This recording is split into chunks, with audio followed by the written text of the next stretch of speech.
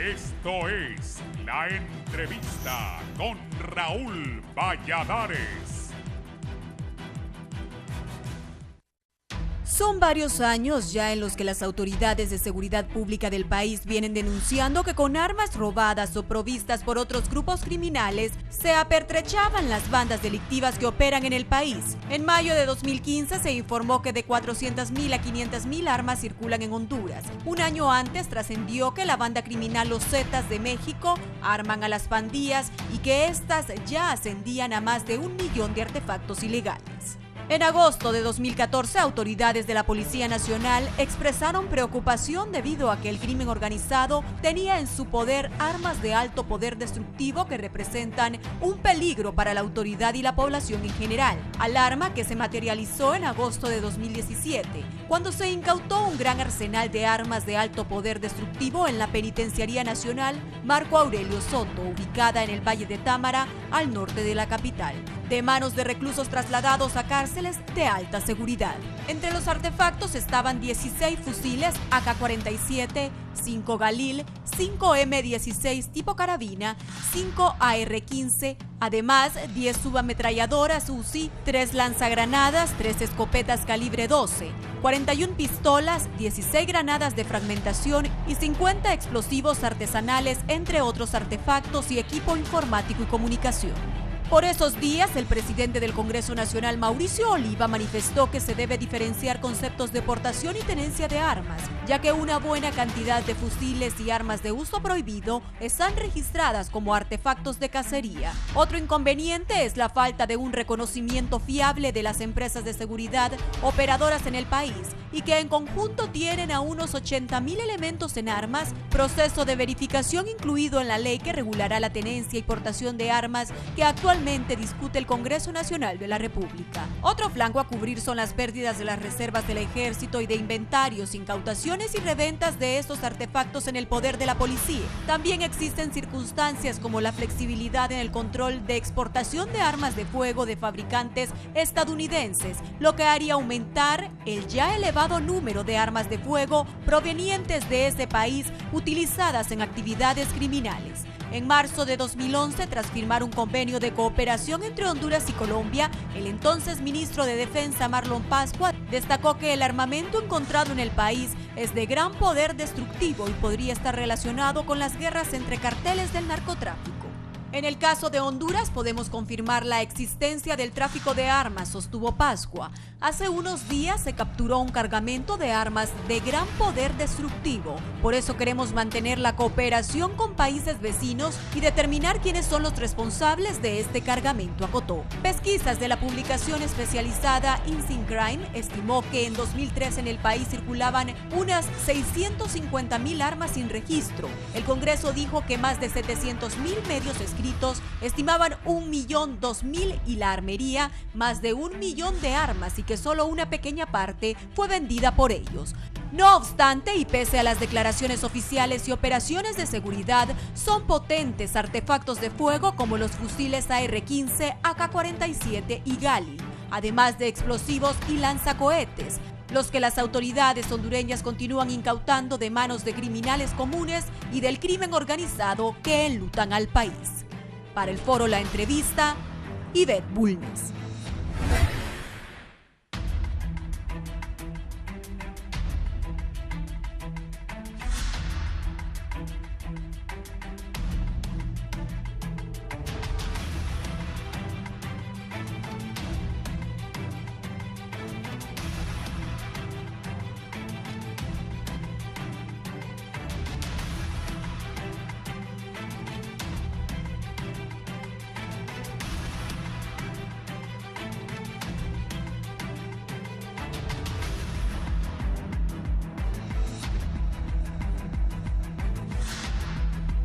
Bien, buenos días. Gracias por estar en la entrevista. Ya cumplimos el décimo día del 7º mes del año.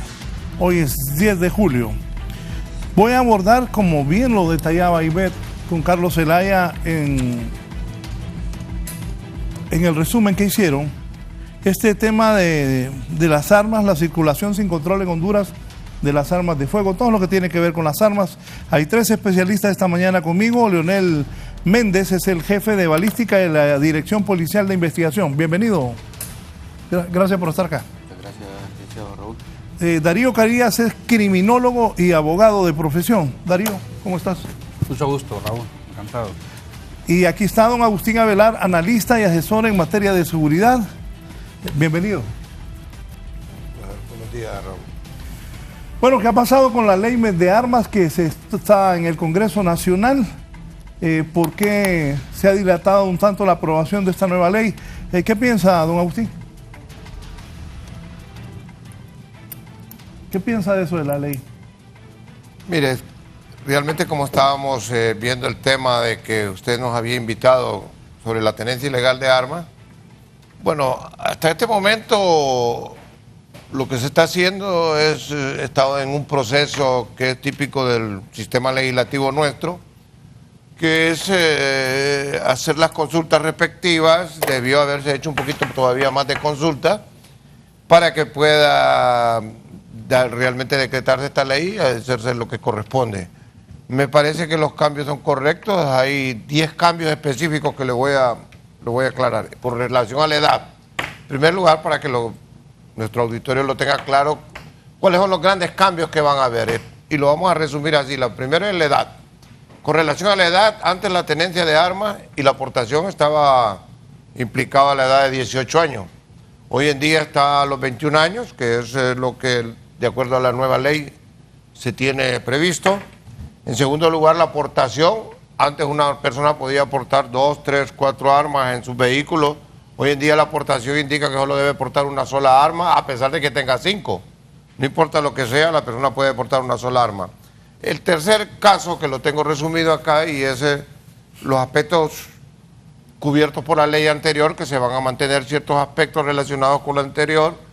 Un cuarto tema en este resumen es el tema del enfriamiento, que al adquirir un arma en la armería usted va a tener más o menos un proceso de unos 5 días para que la persona sea investigada. Fíjese que el enfriamiento es una costumbre en países de Europa y Estados Unidos para... Enfriamiento se le dice. El enfriamiento se le llama porque es un aspecto más que todo psicológico. Pues una persona va a comprar un arma, está con cólera, y para tratar de evitar que esa persona con la cólera compre el arma para ir a asesinar a alguna persona o a algún familiar, porque generalmente por algo así. Entonces, por eso viene la palabra enfriamiento, para tratar de enfriar el estado de tensión que una determinada persona tenga, y es que por la razón por la cual está yendo a comprar un arma. Entonces, por eso se le llama así. El siguiente aspecto que dentro de los cambios más sustanciales que van a haber en la ley es los permisos. Igual va a haber que llenar una serie de requisitos. Básicamente son una gran cantidad. Hoy en día se habla hasta de 10, 12 requisitos, y uno de ellos son los exámenes psicológicos, las pruebas de antecedentes, investigaciones de ISP y historiales de personal de la gente que va a adquirir las armas, una serie de requisitos. Uno de los aspectos también que más debe que me parece más importante, es el tema de la regionalización. ¿Qué significa con la regionalización? Significa que hoy en día la balística, el registro de armas solamente se realiza en Tegucigalpa y San Pedro Sula. Ya con esto, pues, y esto viene a ayudar a la sociedad, pues, evitarse gastos, incomodidades, el traslado de armas de un lugar a otro, que es de lo más peligroso, porque se pone en riesgo la persona. Si una persona va a trasladar armas de Ceiba a Tegucigalpa, viene con riesgo, y eso es lo que hay que evitar. Entonces la regionalización consiste en que se va a trasladar registros de armas a las zonas de Ceiba, Santa Rosa de Copán y otros lugares. Otro aspecto es la huella. Vamos a quedar huella, lo que es el marcaje de la huella de la persona y el marcaje de la huella del arma. Fíjese que hay un aspecto muy importante en esto, que la ley todavía no le está dando importancia debida, y en el caso, por ejemplo, me parece a mí que ahorita actualmente debería dársele una prioridad y hacer las consultas respectivas, porque SICA, a través del programa de CASAT, que es un programa de la Unión Europea para los países de Centroamérica, con SICA, hay el tema del marcaje de la munición, quizás es uno de los aspectos más importantes que requiere atención especial. porque a veces nosotros le estábamos dando prioridad al tema de las armas, pero no al tema de la munición. Al respecto va a haber ciertas regulaciones que hay que tomar en cuenta, que es el hecho de que se va a poder comprar con ciertos límites la compra de la munición y de ciertos calibres, los autorizados por la ley. Ahora, siempre con el resumen, el inventario también, se va a mantener inventario tanto en la armería con respecto a las armas, e inventario también en la Policía Nacional, para tener lo que son los inventarios de armas. Otra parte de los decomisos, fíjense que aquí hay un aspecto muy importante, especialmente por el video que usted presentó recientemente, y todos pudimos ver la cantidad de armas que se han decomisado. Fíjense que uno de los aspectos más favorables del trabajo que ha realizado tanto la Policía Nacional como la Policía Militar, Poner el video, ahí está. la Fuerza Nacional Antiextorsión, uno de los aspectos más importantes que pueden ver ahí de los logros es que se han decomisado alrededor de 15.000 armas en este momento, en los últimos 5 años. Y pocas personas han observado este tema. Un arma menos es una persona muerta o 10 personas muertas menos. O sea, recuerden ustedes que en la época del 2000, 2001, 2002, los mareros operaban con lo que eran las chimbas. Llegó un momento que se armaron ya con armas más letales, como son las armas automáticas, como el AK. Debe recordarse que en el mundo actualmente hay 80, la producción de AK, para que tengamos una idea, que es el arma más prácticamente selectiva por los grupos criminales en el mundo, que es el AK-47. Se habla de una producción de alrededor de 900 millones de AKs en el mundo. De estas, alrededor de probablemente de 5 a 6 millones de AK-47 circulan solo en Centroamérica. Para que tengamos una idea, si ustedes pueden ver el enfrentamiento del día de ayer, eran AK-47 con los que se enfrentó la Policía Nacional y la Policía Militar. Y ese es el tipo de riesgo que corre la Policía Nacional y el Policía Militar cuando llegan a estas zonas controladas por los mareros. Porque debemos de tener presente que en nuestro país hoy en día ya hay zonas controladas por los mareros, zonas que están en disputa, tanto que no lo tienen ni control ni los mareros, ni la Policía Nacional, ni nuestras fuerzas, o zonas que también están disputas entre los mismos mareros, tanto la 13 como la 18, que es donde más se presentan los hechos criminales, y están las zonas controladas por la Policía Nacional, por las fuerzas del gobierno, que prácticamente ahí no ocurren crímenes, que son las zonas de menos riesgo. En este aspecto, entonces, al ver el tema de los videos de las armas, podemos ver el tema de la destrucción. O sea, se debe tomar la huella, se debe tener en cuenta el inventario y de inmediatamente pasar las armas a un proceso de destrucción. No hay necesidad de mantenerlas en almacenes. Mantenerlas en almacenamiento significa generar otro tipo de delito. Y voy a aprovechar esa rotulación que dice ahí: potentes armas circulan sin control en Honduras. ¿Qué piensa de eso? Mire, básicamente esto es una hipocresía, pues. Yo cuando hablamos del tema de las armas, deberíamos de hablar más bien del negocio de las armas. Aquí hay mucha hipocresía. Fíjese que recientemente Putin, ante el tema con la baja del gas y el tema del petróleo, recientemente al mundo europeo dijo que él iba a empezar la producción de armas en el mundo. Entonces, esto es hipocresía. Usted ve las masacres que están ocurriendo en Estados Unidos. O sea, la mayor cantidad. ¿Sabía usted que de acuerdo a las estadísticas, un norteamericano es más posible que muera por un arma de fuego que 10 europeos? Fíjese lo que dice las estadísticas de acuerdo a las Naciones Unidas. La cantidad de armas que se mueven en los Estados Unidos es increíble, alrededor de 390.000 se calcula son las que pasan a Centroamérica. Fíjese que con relación a las armas, y hablo de hipocresía, porque recuerde usted que desde el fin de la Guerra Fría, tanto la Unión Soviética como los Estados Unidos eran los mayores productores de armas en el mundo, y el negocio, téngalo presente, y esto debe entender el auditorio que nos escucha el día de hoy, el negocio, después del petróleo, el negocio más grande en el mundo, el negocio más grande son las drogas y la venta de armas. Entonces, aquí hay una hipocresía mundial, porque los mayores productores y vendedores de armas en el mundo son los mismos grupos del G8, los mismos que discuten en Naciones Unidas, y son los mismos que la ONU, que la OEA están discutiendo allá la no producción de armas y el control de las armas.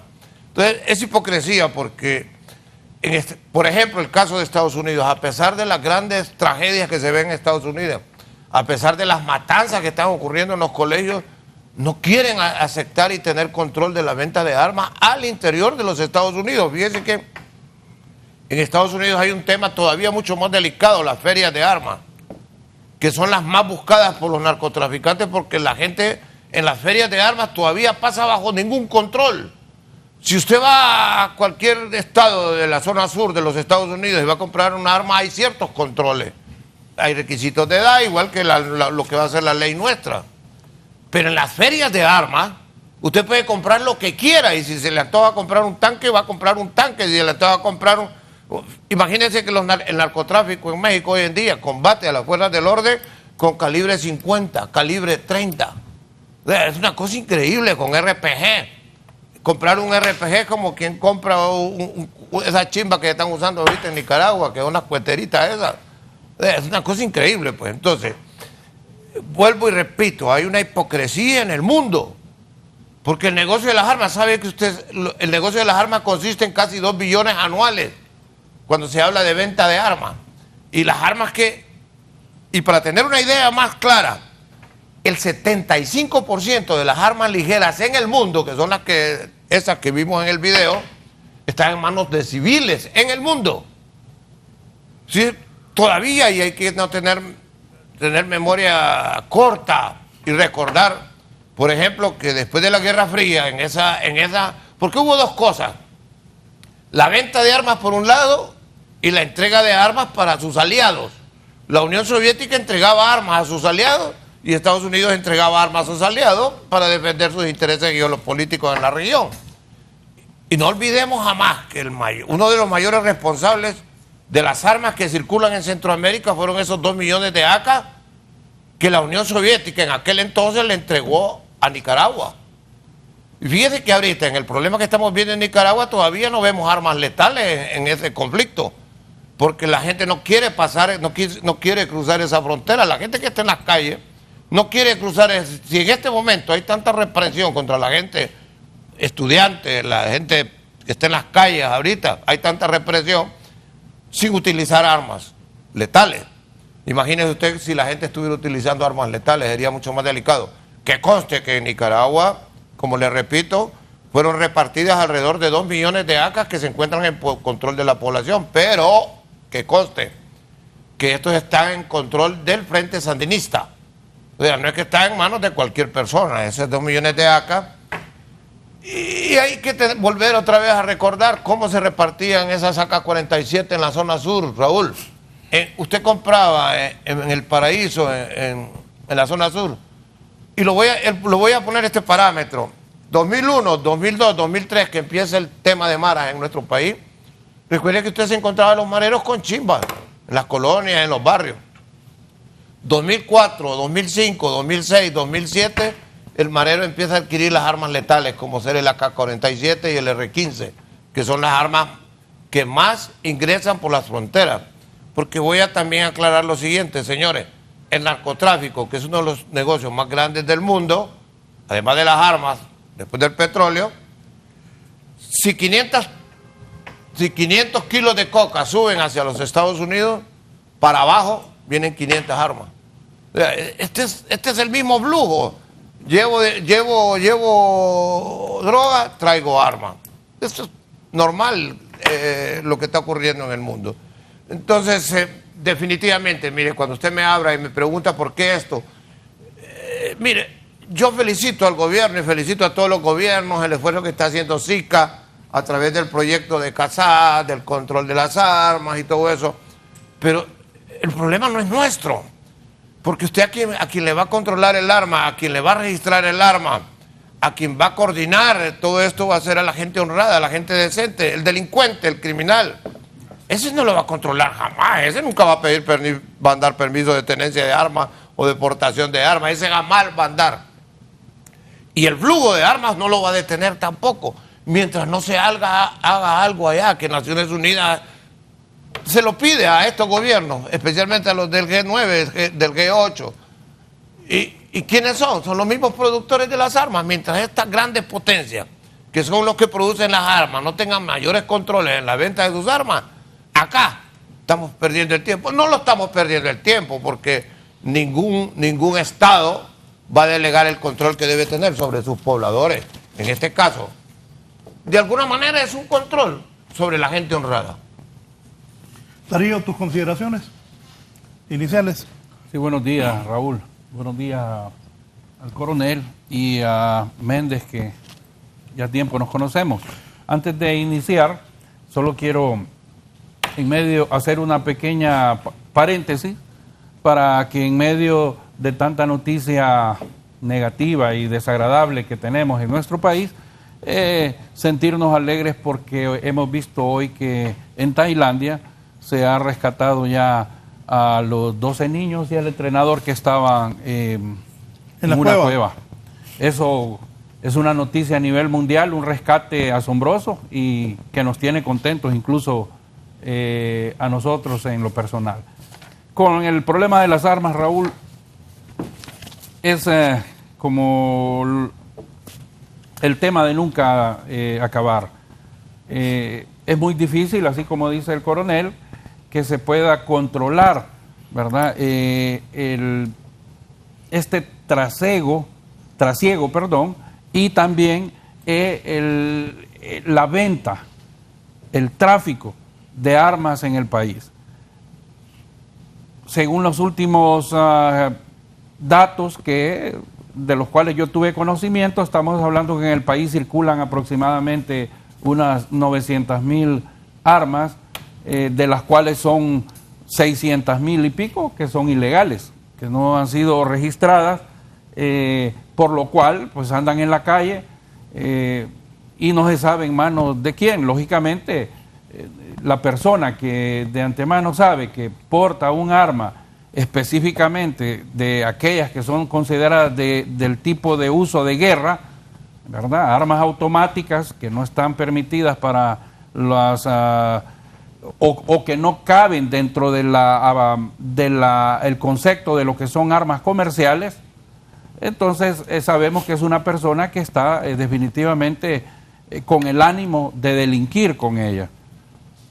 Tantos asesinatos y homicidios han habido en el país, que de ellos el 78% prácticamente son cometidos con armas de fuego. Y las penas que tenemos actualmente hoy en día en nuestro Código Penal, pues son un poco, no son penas que le llaman a reflexionar a una persona el no utilizar, el no delinquir y el no portar este tipo de armas. Estamos hablando que si es una pena de 3 a 6 años y es una portación ilegal de un arma de uso comercial. Y si es un arma de uso de guerra, de las que son totalmente prohibidas, pues apenas son de 8 a 10 años. Esto, lógicamente, si fuera así, nosotros que pasamos todos los días en los juzgados y tribunales del país, sabemos que una persona puede ser condenada a la pena de 8 años, ¿verdad? Si lo capturan con a un AK, por decir, pero con la aplicación de un procedimiento abreviado a esta persona, prácticamente la pena baja a 6 años, con lo cual viene a convertirse en la media pena que va a cumplir en una penitenciaría y ya solo se convierte en 3. Pero ir preso 3 o 6 años por un arma. Sí, bueno, si estamos hablando de armas de uso comercial, dentro de ellas caben aquellas que se utilizan para la práctica de la cacería o para el deporte, por ejemplo, pues la pena no es gravosa. Estamos hablando de 3 años a 6 años, inclusive es una pena susceptible de poder conciliarse con la Procuraduría General de la República mediante la aplicación de una multa que no va a ir más allá de los 10.000 empiras en todo caso. Y si la persona puede probar que es de escasos recursos económicos, esa pena se reduce inclusive hasta 5.000 empiras. Repito, si ya estamos hablando del delito que está contemplado en el artículo 332 A del Código Penal, que se refiere a las armas de uso de guerra, que son aquellas básicamente que son automáticas, que el tipo de calibre, el tipo de funcionamiento es completamente automático, ¿verdad? Entonces ya la pena pues sube a entre 8 como mínima y 10 como máxima, pero igual, repito, con un procedimiento abreviado, esos 8 años se pueden convertir en 6, por ejemplo, en 6 años, e inmediatamente la persona que es condenada sabe, ¿verdad? Porque los delincuentes manejan mejor estos temas que inclusive nosotros los abogados, sabe que inmediatamente solo va a tener que cumplir la media pena en una cárcel y pronto lo vamos a tener de nuevo delinquiendo o asociándose con otros grupos delictivos. Sí, don Leonel Méndez, el jefe de balística de la Dirección Policial. En este momento, ¿cuántas armas legalmente están registradas en el país? Sí, muy buenos días, don Raúl. Efectivamente, el registro balístico data aproximadamente de allá del año 2005. Desde entonces hasta la fecha tenemos un aproximado de unas 500.000 armas registradas, cerca de 500.000 a 550.000 armas que han sido registradas durante todos estos periodos.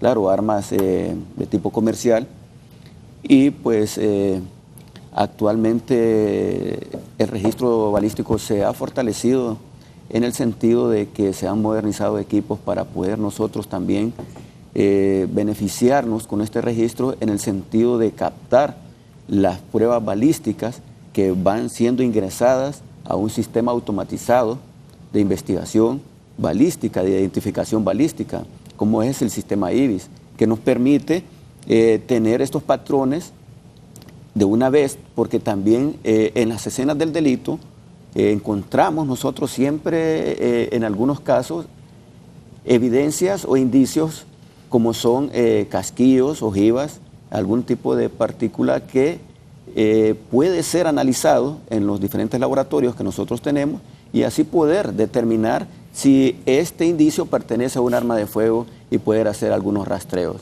Se han endurecido, por así decirlo, los requisitos, ¿verdad? Nosotros no registramos armas a personas menores de 21 años. Tal vez la venta pueda ser actualmente a personas mayores de 18 años, pero en el registro balístico la persona debe tener 21 años para poder registrar su arma. Entonces, aparte de eso, pues los requisitos como sus antecedentes policiales, sus antecedentes penales. Se hace un estudio también para determinar qué tipo de persona es la que está registrando un arma. Porque no podemos solo hacer el registro porque la persona cumpla la mayoría de edad. Hay unas investigaciones que tal vez a detalle no se pueden profundizar, pero sí el registro cumple con ciertos requisitos que permiten de que estos ingresos pues sean de una manera que nos permita saber a qué personas les estamos registrando armas. Sí, denme un minuto. Don Iván Velázquez en Choluteca. Don Iván, buenos días. Buenos días a todos en el foro. Mire, yo miro que lo que el Estado en sí está atacando es el final del problema. Yo creo que el Estado se debe de concentrar más que todo en atacar la génesis del problema, que la génesis del problema viene a ser el contrabando de las armas. ¿Quién es el que ingresa las armas al país? El Estado debería de investigar quiénes son los contrabandistas de armas, porque hay grandes contrabandistas de armas en Honduras, y atacarlos, atacar a esa gente, así como atacan a los narcotraficantes, atacar a ese tipo de gente también. No sé si el Estado sabrá de que hay gente de alta alcurnia que se dedica a este ilícito. Entonces, si atacaran la génesis del problema, creo que tendrían mejores resultados. Buenos días. Muy bien, ¿qué piensa? Sí, por eso, Méndez, estamos, para él específicamente, por eso estamos hablando y los tres estamos de acuerdo en eso, como decía Méndez, O sea, no basta con el registro, pues el problema no es el de las armas legales, estamos hablando de las armas ilegales, ¿correcto? Y el tema acá, y gracias a la persona que nos llama desde la zona sur, en realidad, y me imagino que él lo hace con conocimiento de causa, Raúl, creo que él sabe de lo que es este problema. El problema sigue siendo la venta de armas. Pues el contrabando de armas, estamos hablando de las armas ilegales, porque o sea, aquí no solo no vende, las armas que vienen a través de los aquí procesos. Aquí no solo vende la armería. No, mire, es que las armas vienen vienen del sur y vienen del norte, pues los canales de llegada es a través del crimen organizado. El crimen organizado es el que maneja el tema del contrabando de armas. O sea, aquí estamos hablando del pago en especies también. Hoy en día, y eso lo debemos de tener claro todo, el manejar el dinero a través de los bancos, el manejar dinero a través del sistema financiero de los países ya es imposible. Ya los convenios que existen en la banca a través de la ley de lavado de activos impide que usted pueda manejar capitales y hacer todo tipo de transacciones bancarias que le permitan hacer este tipo de negocios. Es muy difícil. Entonces lo que hacen es el pago en especies, pues. Y es el problema que nos trajo la delincuencia a nuestro país acá, pues. Yo le distribuyo la coca, 1 kilo de coca, muevo 400 kilos de coca y pago con 8 kilos de coca. Fíjense que cuando se captura la cocaína en estos paquetes de droga que vienen del sur o que vengan de otros lados, generalmente no vienen cantidades completas, que 400 kilos, que 500 kilos. Fíjense que regularmente 475, 375, porque 25 kilos se pagaron en especie y a la par esa especie es para comprar las armas, como le decía Méndez, que lo platicábamos hace unos minutos. ¿Qué le cuesta a ellos pagar un ACA? Que un ACA en un presidio le cuesta 100.000 lempiras, pero ¿qué son 100.000 lempiras para ellos si mueven millones? Si mueven, ¿cuánto mueve el crimen organizado? Que para ellos no significa absolutamente nada. ¿Qué piensa lo que dijo el señor de Choluteca? Sí, sin embargo, don Iván Velázquez. Sin embargo, creo que la policía, las fuerzas de orden han realizado importantes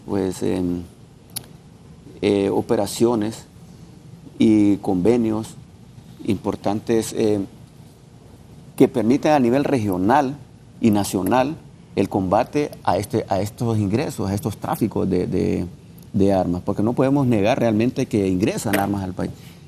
Lo que sucede es que hay diferentes modalidades, ¿verdad? Por así decirlo, hay un tráfico hormiga que ingresa por diferentes puntos fronterizos. Ese tráfico hormiga también está siendo atacado de una manera regional. El televidente que está en la zona sur sabe pues de que este es uno de los puntos calientes, por así decirlo, importantes para el tráfico. ¿Por qué? Porque somos un país que estamos en una situación geográfica que permite tanto la subida como la bajada, bien lo decía mi coronel, de armas, pues, y no solo armas, sino que va relacionado con otros ilícitos. Sin embargo, estos esfuerzos importantes que se realizan a nivel regional, como ser la conformación de las fuerzas de tareas como la del Triángulo Norte para trabajar en los países de Guatemala, El Salvador y Honduras. También están otras fuerzas de tareas conformadas para trabajar la zona occidente, ¿verdad? Esto nos permite a nosotros el intercambio de información, nos permite mucha operatividad que al final se resumen en el decomiso de muchas armas. Bien lo decía mi coronel al principio, en los últimos 5 años tenemos más de 15.000 armas decomisadas. Un aproximado de 4.000 armas en el 2013, casi 5.000 fueron decomisadas. Lo mismo sucedió en el 2014, en 2015 y 2016. Hasta el 2017, hasta la fecha, la tendencia es de que al final del año van a hacer un decomiso de más de 5.000 armas, ¿verdad? Esos son esfuerzos también nacionales, ¿verdad? Prueba de ello también es las operaciones policiales que se realizan a diario, la Policía Nacional y las fuerzas del orden, Ministerio Público, Fuerzas Armadas y otros operadores de justicia. Trabajamos a fin de contrarrestar estos tráficos, las portaciones. Ayer se dio este evento, pues lastimosamente, donde falleció un compañero oficial pues, de las fuerzas del orden, en justamente una operación policial donde se tenía la información de que había un grupo pues estructurado el cual estaba armado y pudimos observar, como lo decía mi coronel, un arma tipo una AK-47, que es llamada AK-47. Entonces, también se están haciendo esfuerzos tanto regionales como nacionales, que hemos tenido importantes resultados para el decomiso de estas armas. Y en la zona sur también se creó en la zona sur un registro balístico que ya tiene más de 3 años, va sobre los 3 años, que también es importante para la zona sur. No tenía registro balístico, solo era Tegucigalpa y San Pedro Sula. Ahora tenemos en Choluteca, ya tenemos 3 años de estar trabajando en Choluteca, se ha beneficiado la población de allá porque era un temor también trasladar esa arma desde la zona sur. Entonces tenemos ese registro balístico que nos permite a diario también hacer decomisos. Lo que pasa es que no de repente no se reflejan, pero sí a diario hay armas que son decomisadas en el registro balístico y que están quedando fuera de circulación.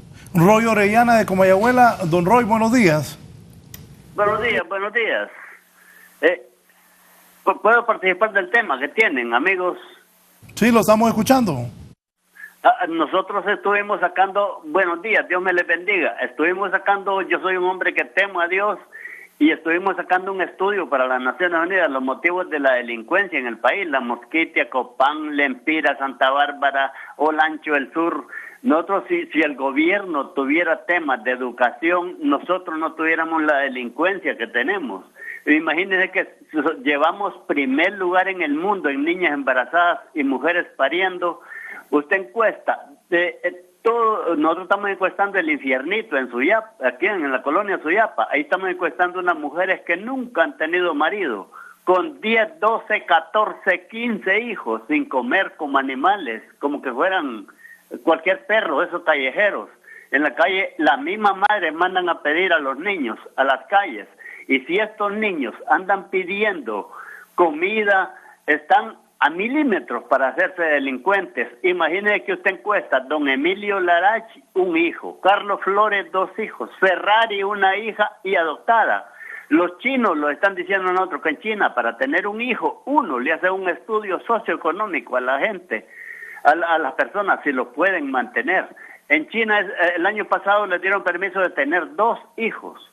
Pero con un estudio, Noruega, Holanda, Dinamarca están cerrando las cárceles. Y aquí usted le pregunta a nuestro presidente de la República, más batallones, más tolvas, más policías, más tropas. Y eso de nada les va a servir porque el niño tiene que robar y matar para poder sobrevivir. Un tema de educación no hay en el país. Pastores evangélicos en Catacamas y Juticalpa con 10, 11 hijos durmiendo en el puro suelo. Sin comer, aquellos hipotes. El niño no tiene por qué venir a robar y a matar. Un tema de educación no hay en el país. Si hubiera educación, nosotros no tenemos ni un policía, ni un batallón, ni nada de todo lo que están haciendo. Nosotros lo que tenemos es educación, un tema de educación sexual. Solo ese materno infantil le tira a 130 niños diarios. Desde que vienen de parir le dicen a uno, regáleme para la leche y para los pañales. Fíjese que yo nunca he tenido marido. Pucha, si me vienen de parir. Imagine que usted se va a todas las colonias, la nueva capital, la San Francisco, todas las colonias, son miles de niños pidiendo usted, y gente que no tienen ni letrina, solo agua. Socaña le regaló 10 hijos, un campesino, eso fue en Trinidad, en Cehuaca le regaló 3 otra mujer. Pues son gente que se ponen a tener acá barbaridad de hijos, y el niño tiene que robar y matar. Bien, gracias, don Roy. Quisiera responderle, Raúl. Sí, claro. Mire, yo realmente creo que hay que empezar por levantar el espíritu y el ánimo de las personas en nuestro país y dejar de colocar a nuestro país como lo peor. Mira, hay veces cuando se hacen estas comparaciones estadísticas, lo hacemos porque en Honduras no se esconde la información, pero tampoco no es que ocupamos los primeros lugares. Aquí todo el mundo que hace un estudio o algo por el estilo ya nos coloca en lo peor de lo peor. Hace algunos años yo estuve aquí en este programa y en otros programas, en Frente a Frente, en Canal 10, que Nicaragua es un ejemplo. Vean lo que está pasando en Nicaragua. Que Nicaragua, no, es que mire que no hay mareros, y mareros hay en Costa Rica, pero Costa Rica no lo dice. Vaya, mire lo que está pasando en los centros penitenciarios en Costa Rica. Señores, y no nos comparen con Noruega, no nos comparen con Holanda. Son 20 siglos de historia, de diferencia, ¿Ya por va Dios. metiendo con el ministro de Educación usted? Por Dios, fíjese que, mire Raúl, Para que esté esta persona, el más alto índice de suicidio es en Noruega, Holanda, Finlandia. Allá no mueren las personas porque hay crímenes, sino por las drogas. Mueren por otras circunstancias y son las estadísticas más altas en suicidio. Pero repito e insisto, si nosotros no tenemos ni un siglo de historia, somos un país pobre, somos un país reciente, subdesarrollado. Primero hay que resolver, si usted quiere llevar el desarrollo de este país, hay que resolver el problema de seguridad. Si no resolvemos el problema de seguridad, usted no va a tener desarrollo. Son dos cosas que tienen que ir a la par totalmente. Tenemos un problema grave, no se trata de la tenencia de armas. El clamor popular de la gente, el clamor popular es llevar la paz y la tranquilidad a esas zonas que están bajo control de las maras. O sea, ese es el clamor del pueblo. ¿Cómo voy a llevar educación? ¿Me quiere una buena escuela en tal lado? Primero resolvamos el problema de seguridad, pero necesitamos el apoyo del pueblo. Ayer nos mataron a este muchacho, Ariel Felipe Salas, póstumamente ascendido a cabo, que en paz descanse. ¿Cuántos policías estamos perdiendo al año? No son confites los que le devuelven a las personas, señores. O sea, lo que está ocurriendo en esas horas, usted no puede llevar, que no sueñe, pues hay que ser más realista.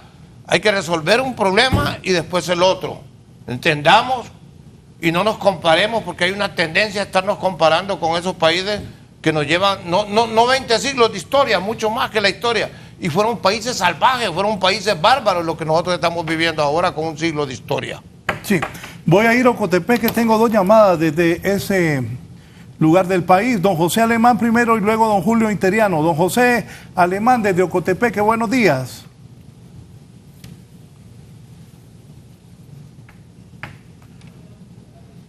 Don José.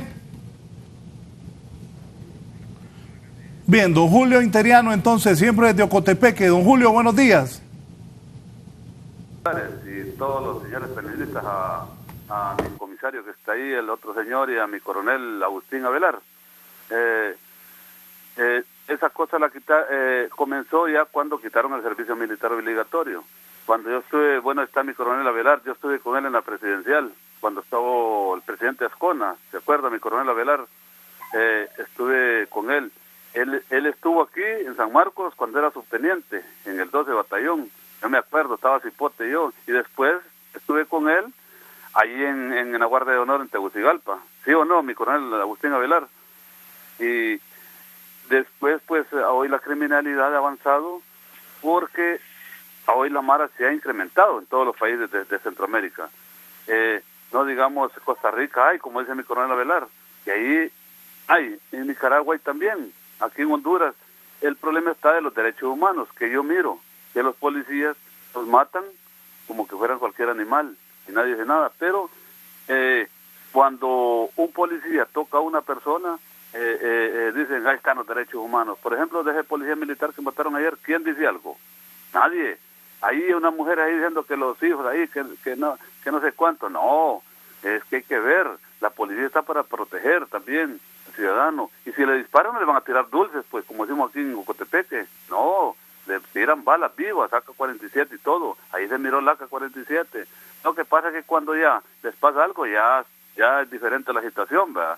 Ya dicen que la policía reprime, no, ni el ejército tampoco, y no va a haber un policía ni uno del ejército en cada cuadra tampoco, ni en Estados Unidos, que ahorita ahí es un país poderoso. Entonces, desde que quitaron el servicio militar, me recuerdo que, bueno, yo estuve en ese tiempo, no hombre, a nosotros, gracias a mi Dios, primero mis padres, después de la escuela, después del ejército que estuve, que me enseñaron a tener disciplina, y así voy a ser siempre. Soy una persona que me gusta el trabajo, y siempre aquí en Ocotepeque, gracias a Dios, pues vivimos en paz y armonía, y muchas gracias, y los felicito por el programa, Raúl Valladares. Muchas gracias a usted por su participación, Darío. Raúl, hay que mencionar también otro elemento que no se ha considerado, y es de que hay armas que entran de manera legal al país, pero que en el camino se convierten en ilegales. Se tuercen en el camino. Sí, claro. Por robo, la mayoría. Exacto, y vaya, voy a narrar un caso, pues que me tocó a mí vivirlo, ¿verdad? Yo participé en el año 99, por ahí, en una licitación pública de para proveer de armas a los centros penitenciarios en el país. Esa licitación me tocó ganarla, ¿verdad? Participé contra la armería y bueno, la gané yo. Yo traje las armas, las suministré, fueron armas que fueron un proceso que fue supervisado por la Embajada Americana en el país, vinieron con toda su documentación, ¿verdad? Yo tuve que obtener los permisos para importar armas en Estados Unidos, lo cual me tomó 2 años, ¿verdad? Y ese permiso hoy en día, yo tengo conocimiento que serán unas 3 personas en Honduras que lo tendremos. No creo que hayan más. Bien, esas armas, cuando ingresaron al país, que eran básicamente el fusil Colt AR-15, las escopetas Winchester y las pistolas Smith & Wesson calibre 38, se entregaron en debida forma a la gente que rectoraba los centros penitenciarios en aquel país. Básicamente se destinaron para la nueva Penitenciaría Nacional de Támara en aquel momento. Esas armas, Raúl, fueron entregadas, se entrenó al personal. Era para los custodios, ¿verdad? Era para los custodios, se entrenó al personal, pero ¿qué ocurrió? Que las armas se perdieron. ¿Terminaron en manos de los presos? Se perdieron. Sencillamente pasaron 10 años después de ese momento en los cuales a mí me llamaban a cada instante los entes policiales, ¿verdad? Y de investigación del Estado para decirme que les suministrara copia de las facturas para identificar las series de armas que habían aparecido en secuestros, en asaltos a bancos que en aquel momento ocurrían, y la sorpresa era que eran las armas que se habían suministrado para los centros. Que todavía no había K-47. Exacto. Asimismo también, acordémonos que en los mismos batallones, coronel, se perdieron armas, ¿verdad? Y cantidades grandes. Hay 3 casos. Hay un caso, no fueron muchas, pero hay 3 casos. Hay un caso emblemático que de unas armas que allá por Naco, creo, ¿verdad? En el batallón de Naco, que todavía no ha sido resuelto, inclusive. Y también en la institución policial, ¿verdad? Aquellos malos policías que de una u otra manera vendían inclusive su arma de reglamento o en su defecto que por alguna otra razón también la perdían. Esas armas que eran legales terminaron en poder de personas que son miembros de maras, pandillas o de grupos criminales y se convirtieron en ese momento en armas ilegales. Y le ayuda, abogado. Acá hay Raúl, y lo sabe Méndez, una de las profesiones de más alto riesgo en este momento es el caso de las empresas de seguridad, los guardias. Así es. Entonces, y esto para reclamar un derecho de los guardias, porque realmente, así como lo mencionaba el abogado Darío, y nuestros oyentes también lo han mencionado, no se pronuncian las ONG, pero a diario mueren guardias. Y más que todo, no solamente por el asesinato de los guardias, sino por las armas que portan los guardias. Por eso se constituye hoy en día en una de las profesiones de más alto riesgo, el ser un oficial de seguridad de las empresas privadas. ¿Tienen una estimación ustedes de cuántas armas ilegales circulan en el país?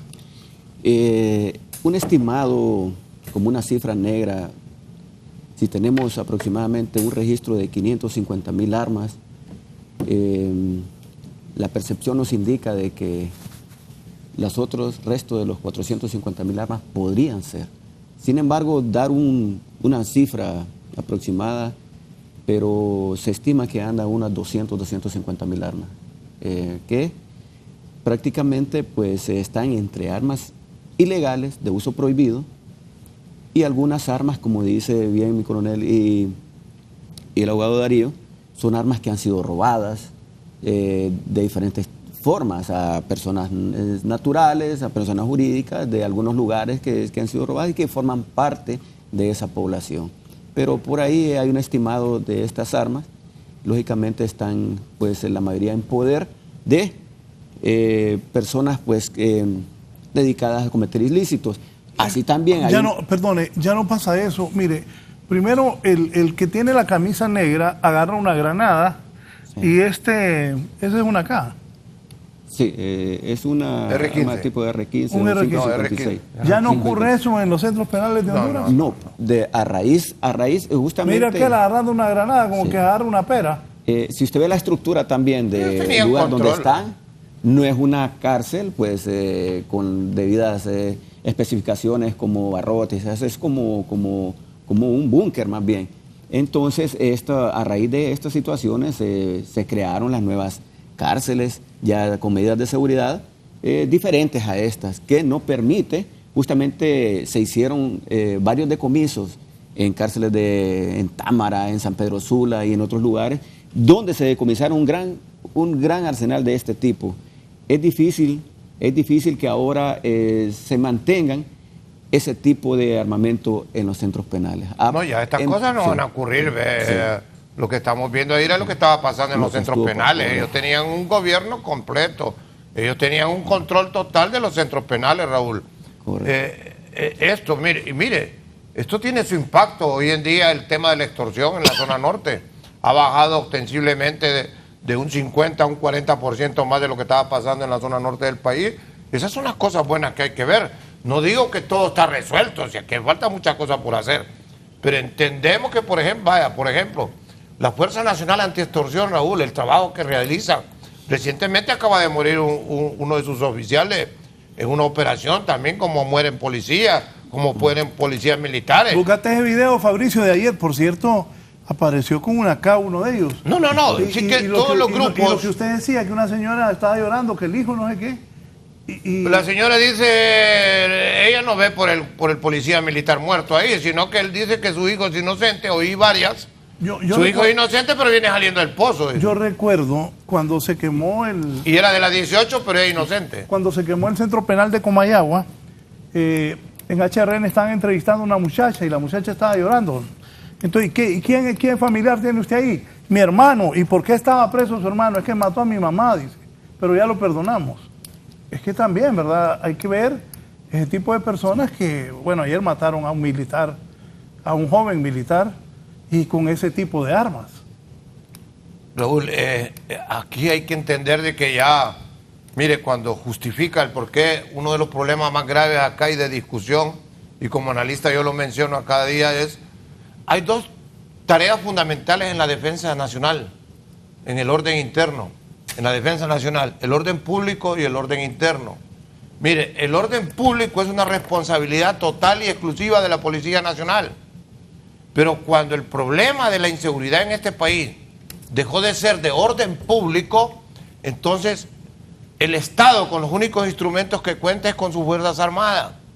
Desde ahí la necesidad de que las Fuerzas Armadas participen en la defensa nacional, porque ya no es un problema de orden público. Y esto es lo que la gente tiene que entender. Fíjese que yo hasta con militares he entrado en discusión. Y es una cosa muy práctica. Tenemos un problema de inseguridad nacional que hay que resolverlo. Y eso yo hago énfasis en esto. Tenemos que recuperar esas zonas controladas por las maras. Y las podemos dividir en tres grandes áreas. Las áreas controladas por ellos, las áreas que están en disputa y las áreas nuestras. Mire, Raúl. Esta gente tiene el equipo y la logística con capacidad para enfrentar no a la policía militar junto. Por eso es que hoy en día tenemos una Policía Nacional que ha creado unidades especiales como los Tigres, como Cerca, que son unidades de inteligencia, porque una Policía Nacional ciega, sorda y muda, si no tiene inteligencia no tiene nada. Fíjese que nuestra Policía Nacional estuvo por 10, 15 años sin inteligencia policial. Es una cosa increíble. Por eso es que la delincuencia nuestra llegó a extremos de lo que usted tiene hoy en día, a ser una verdadera amenaza para la seguridad nacional. Esta no es una amenaza de orden público. Lo que nosotros tenemos en nuestro país es una amenaza de orden de seguridad nacional. Por eso es que el esfuerzo nacional va en todos sus campos, en todos los instrumentos de la defensa nacional. Mire bien, vamos a recuperar esas áreas y la Policía Nacional lo está haciendo. Pero no espere, como se lo decía un periodista suyo ayer, no espere que van a recibir a nuestros policías con confite. Esta gente tiene el equipo y la logística porque tiene la capacidad económica para desarrollarlo. Si solo a un grupo delincuencial de las 13 en la zona norte del país, el año pasado le confiscaron en una operación el Ministerio Público con la ATIC, que está haciendo también un excelente trabajo, Le decomisaron alrededor de 700 millones, solo de producto de la extorsión. Señores, el crimen organizado es uno de los negocios más redondos del mundo. No lo perdamos de vista. ¿Qué hacen con las armas que decomisan? Las armas que decomisan pues son diferentes razones. Por ejemplo, un arma que ha sido involucrada o que se haya visto involucrada en un hecho delictivo tendrá que pasar por un proceso para, una vez finalizado este proceso, el juez competente determinará si procede a la evolución o procede a la destrucción, ¿verdad? Sí. En caso de armas que han sido decomisadas, digamos, en las diferentes regionales porque no tenían, por faltas, se encontraron haciendo disparos al aire, como se le dice, o al vacío, también porque los portaban de una manera visible, que es prohibido, ¿verdad? Son muchas las razones por las que un arma puede ser decomisada. Otras que son decomisadas o que son encontradas, digamos, a raíz de una persecución y se encontraron, pero no se pudo vincular con una persona para poderle imputar un delito, entonces estas armas son remitidas a la unidad policial central aquí en Tegucigalpa, de la policía, en Casamata, y en determinado tiempo surge un proceso de destrucción. ¿El comparativo de qué es? Este comparativo son de decomisos de armas por año, a raíz del 2013 hasta el 2017. En el 2013 se decomisaron un total de 3.088 armas, de armas cortas, 485 armas largas. Igual en el 2014, 3.914 armas decomisadas cortas, 712 largas. En el 2015, 3.956 armas cortas decomisadas, 690 armas largas. Esto en el 2016, 3.902 armas cortas y 727 largas. Y en el 2017, 4.314 armas cortas, 851 cortas. Hasta el 2018, el primer trimestre del 2018, nosotros tenemos un estimado de 1.072 armas cortas comerciales y 119 prohibidas. De este tipo de armas, las que más se decomisan son las armas cortas tipo pistola y las armas cortas tipo revólver. Estos tienen un 48%. En tercer lugar están los fusiles. Dentro de los fusiles entran el AR-15, 5.56 milímetros, entra el 22, entran todas las armas largas. Pero también hicimos una diferencia en las escopetas, que estos ocupan el 8% de los decomisos de armas. ¿Por qué? Porque también estas pueden ser decomisadas. Las escopetas es un arma más utilizada por los guardias de seguridad, como los que decía mi coronel. Entonces de repente también se ven involucrados en algún hecho delictivo, o también en las regiones los pobladores utilizan este tipo de armas para cuidar sus bienes. De repente son robadas, también son utilizadas en este tipo, pero al final del año nosotros creemos también de que un aproximado de más de 5.000 armas de fuego, entre cortas y largas, van a ser decomisadas. Sí, Raúl, yo pienso que a la persona que es honrada, ¿verdad? Que tiene una hoja de vida que demuestra que es una persona responsable, y más allá aquellas personas que incluso demuestran que son comerciantes, ¿verdad? Sea la escala y el giro que tengan, sí se les debe permitir de manera facilitaria incluso que puedan registrar sus armas, porque se entiende que son para la protección no solo de sus bienes, sino también de su integridad.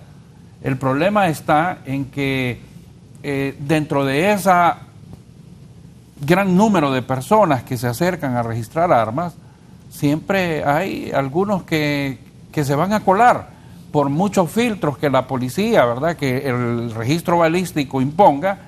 Siempre se van a colar, van a burlar, ¿verdad?, los filtros, los requisitos, y tenemos que, incluso hay muchos delincuentes que andan con su respectivo carnet y se valen de esa situación para cometer delitos abominables, crímenes, asesinatos, homicidios. Acordémonos que en el caso nuestro que pasamos en los tribunales, repito, hemos notado que anteriormente cuando se defendía a una persona que iba acusada por portación ilegal, muchas veces eran personas que iban con chimbas. Hoy en día estas estructuras se han ido modernizando y eso prácticamente ha desaparecido.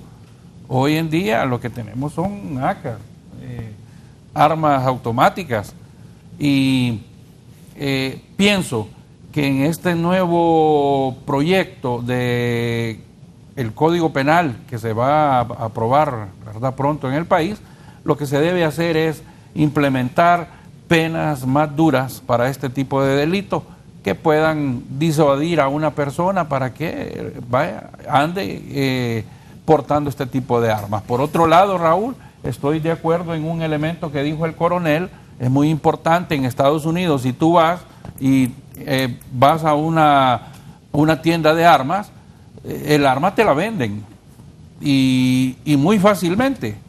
No hay requisitos excesivos, pero sí tienen uno que es el que el coronel mencionó, y es el del periodo de enfriamiento. Es decir, en Estados Unidos uno se presenta, compra el arma, le dan la factura, pero la misma creo que son 72 días allá. 72 horas. ¿Por qué? Porque si una persona en este momento va en un estado de cólera, en un estado depresivo o en un estado mental que no es aceptable, va, compra un arma y con ella comete y asesina a una persona. Creemos que en ese periodo de enfriamiento la persona puede razonar, incluso puede pensar que si ese es el objetivo de ir a comprar un arma, entonces meditando en este periodo, en este término de tiempo, puede llegar a comprender que no es una actitud positiva la que está cometiendo, y de hecho podría incluso abstenerse de realizar la compra. Don Joel Aguilar de San Pedro Sula. Don Joel, buenos días. Buenos días. Sí. Aló. Escuche el teléfono.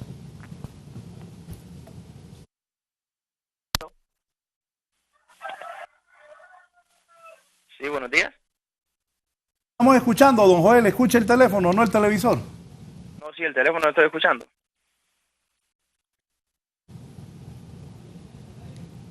Ok, mire, ve, solo quería hacerle una recomendación al señor aquí que está ahí en la entrevista con ustedes, al que es analista, dice él, va. Yo vivo aquí en San Pedro Sula y soy un joven de 34 años, el cual me considero una persona honrada, trabajadora.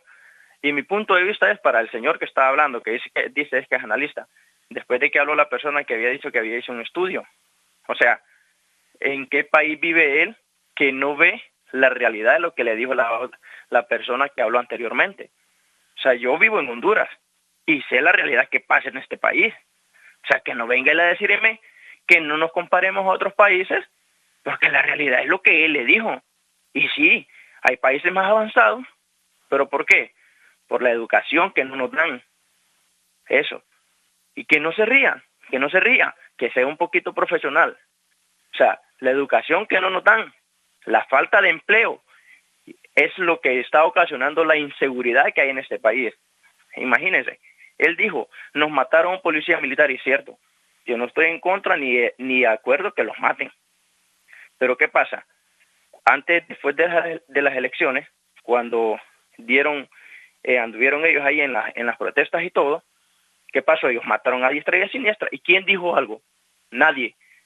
Incluso yo venía de mi trabajo, venía entrando a la colonia donde yo vivo y me rociaron el carro y el gas lacrimógena. ¿Y quién les dice algo a ellos? Ellos salen y matan a diestra y a siniestra. Y ahora que matan a un policía militar, está un gran bulla la que se tiene. No, hombre, seamos conscientes y miremos en el país que vivimos. Ellos son los que tienen las armas, ellos son los que matan. Ellos no entran a una colonia diciendo, no, venimos a un registro. No, ellos entran disparando, porque me consta. Vivo en San Pedro Sula, vivo la realidad que se vive aquí, y no soy una persona de la tercera edad. de una persona que tiene 40, 50 años. Soy una persona que tiene 34 años, una persona que labora.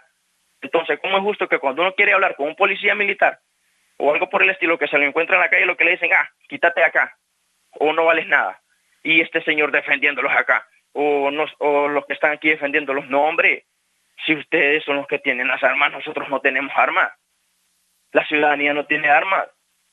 Entonces, que no vengan a hacer tanta bulla cuando matan a un policía militar, si ellos a cada rato matan a la gente de la calle, y gente inocente. Yo no digo que todos los que están ahí son inocentes, no, pero la mayoría deberían de ver que la mayoría. Imagínense que ayer en el problema ese que hubo en Chamelecón, hasta un señor de la tercera edad golpearon y aún así.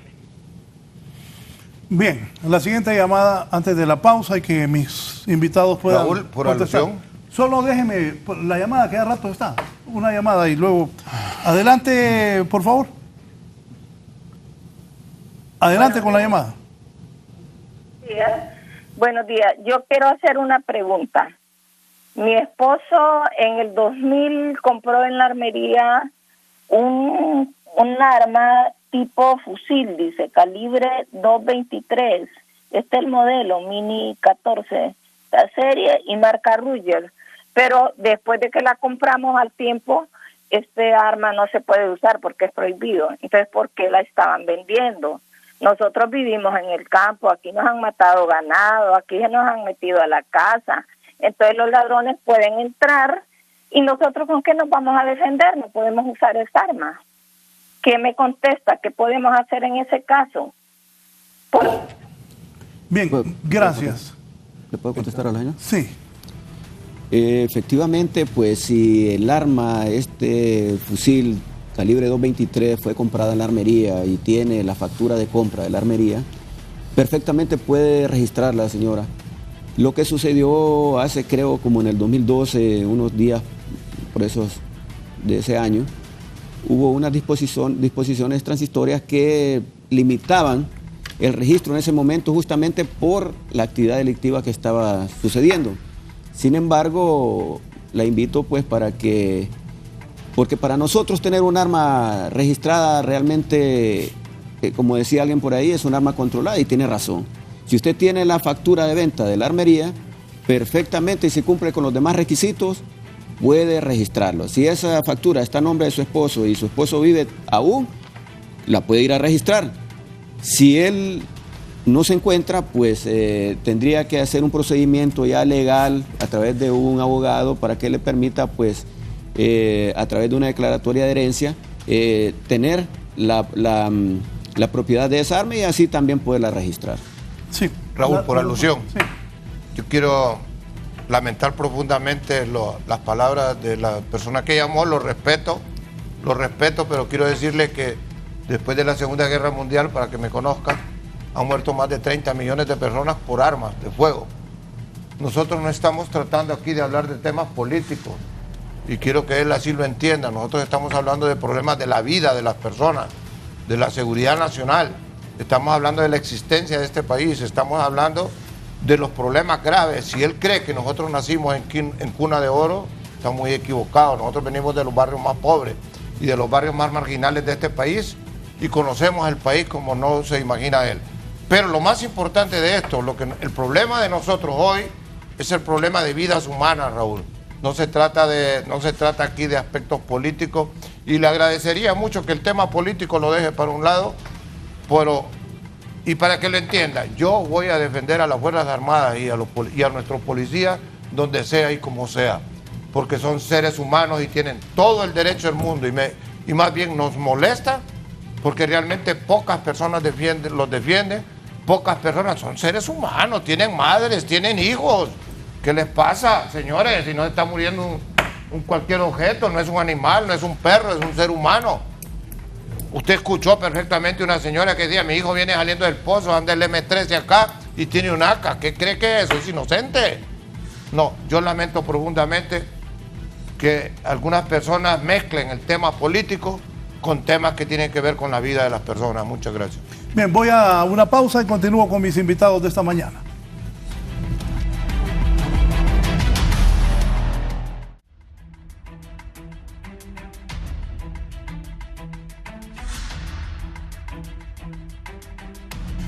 aquí tenía 10 cambios del coronel Avelar, 10 cambios de la nueva ley de portación y tenencia de armas.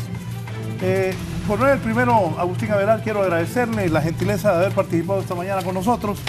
¿Cuáles son las recomendaciones? Lo de la aportación de armas, ¿qué piensa? ¿Cuántas armas deben tener los hondureños? ¿Qué le dice a la población? Mire, lo más importante, Raúl, muchas gracias. En primer lugar, gracias por la invitación.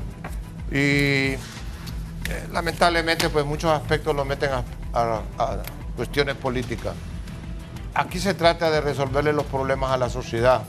Se trata de que la policía colabore más con la sociedad, porque precisamente eso lo hace ser parte de su trabajo más importante, que es darle satisfacción a la sociedad. En el tema de armas, yo lo único que le pido al Congreso es que le dé más agilidad al proceso, que no nos va a servir de mucho, sino que de alguna manera trae un control.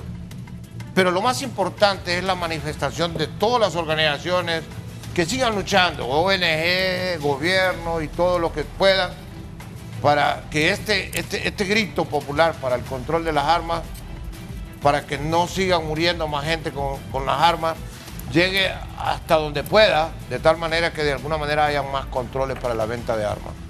Gracias, coronel Avelar, por haber participado. Darío. Sí, mi recomendación es que en el nuevo Código Penal que está por implementarse, se van a endurecer las penas. Creo que esto va a disuadir a las personas para que cometan este tipo de delitos, ¿verdad? Asimismo, también pienso que se debe dar todo el apoyo económico y logístico a la institución del Estado encargada de controlar, ¿verdad?, y registrar este tipo de armas, porque con una vida que se salve, ¿verdad?, básicamente ya está garantizado y está justificado la existencia de esta institución. Por otro lado, acordémonos que las armas hoy en día, bien dijo el coronel, va a ser muy difícil que se puedan controlar, son producto de la venta de drogas, se paga con ellas ahora, ¿verdad?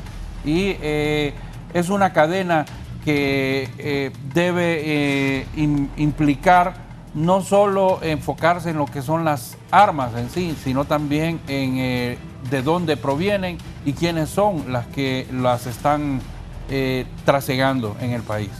Darío, gracias. Muchas gracias. Bien, cerramos con el jefe de balística de la Dirección de Policial de Investigaciones de la EPI, don Leonel Méndez. ¿Qué le dice a la población? ¿Recomendaciones? Gente que quiere ir a registrar armas, que tenga dudas. El nuevo modelo de servicio policial permite pues de que un acercamiento entre el ciudadano y el policía. Le recomendamos al ciudadano pues que se acerque al policía también, que tenga confianza. A raíz de esto pues vamos y visitamos escuelas también, educando a la población en estos temas de armas, de pandillas, de drogas.